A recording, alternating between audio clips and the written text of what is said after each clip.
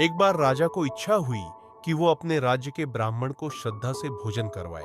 फिर वो अपने मंत्री को बुलाकर आदेश किए कि राज्य के सभी ब्राह्मण को खबर भेजो कि कल राजा अपने यहाँ ब्राह्मण लोगों के लिए भोजन का आयोजन किए है। मंत्री ने पूरे राज्य में ये खबर भिजवा दी। नियत समय पर हजारों की संख्या ब्राह्मण लोग भोजन के लिए राजा के यह पहुंच गए। राजा के आदेश से बहुत ही सुंदर तरीके से 56 प्रकार का व्यंजन तैयार किया जाने लगा। बड़ा सा बर्तन में कुशल भोजन बनाने वाले के द्वारा चावल चूल्हा पर चढ़ा दिया गया। उसी समय ऊपर आकाश मार्ग से एक चील पक्षी एक विषैला सांप को पकड़ कर ले जा रहा था।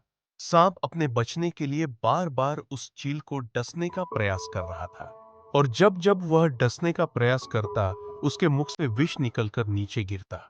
उसी क्रम में विष का कुछ बूंद निकलकर नीचे तैयार हो रहे चावल में गिर गया, जिसको कोई भी नहीं देख पाया।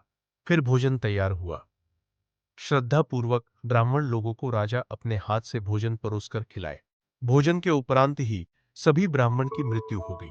अब हजारों ब्राह्मण की मृत्यु से धरती लोक से लेकर यमलोक तक हड़कंप मच गया। यमराज महाराज इस पाप को लेकर काफी सक्रिय हुए और अपना खाता बही लेकर बैठे इस जघन्य पाप के भागीदार के ऊपर पाप लिखने के लिए। सबसे पहले यमराज जी महाराज चील के ऊपर सभी पाप का दोष लिखना चाहा। फिर उन्होंने सोचा, चील का तो भोजन ही सांप स्वयं भगवान बनाए हैं, तो इसमें चील कैसे दोषी हुआ? नहीं नहीं, चील दोषी नहीं है।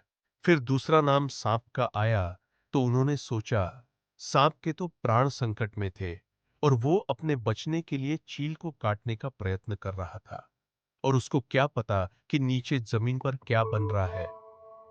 नहीं नहीं, सांप भी दोषी नहीं है। फिर उन्होंने खाना बनाने वाले हलवाई के बारे में सोचा, किंतु उसका भी दोष नहीं दिख रहा है, क्योंकि अगर उसको पता होता कि खाना में विष गिर गया है, तो वह राजा से जाकर बोलता और फिर से दूसरा नया खाना बन गया होता। अब अंतिम में राजा के ऊपर विचार किए तो राजा भी निर्दोष दिखा, क्योंकि राजा तो बहुत श्रद्धा से ब्राह्मण को खिला रहे थे। अगर इस बात की थोड़ी भी जानकारी होती, तो वो पूरा खाना फिर से बनवा दिए होते। अब यमराज को कुछ भी समझ नहीं आ रहा था कि इस जघन्य अपराध का दोष किस पर लिखा जाए, क्योंकि धरती पर हो रहे सभी पाप और पुण्य का हिसाब लिखना तो था। दोस्तों, क्या आप लोग को समझ आ रहा है कि इस अपराध का दोषी कौन है? तो कमेंट में लिखें।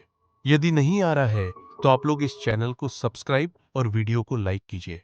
मैं अपने कल के वीडियो में इस दोष के दोषी के बारे में बताऊंगा, और ऐसे ही रोचक और जीवन से जुड़े और भी कहानी आप लोग को बताऊंगा।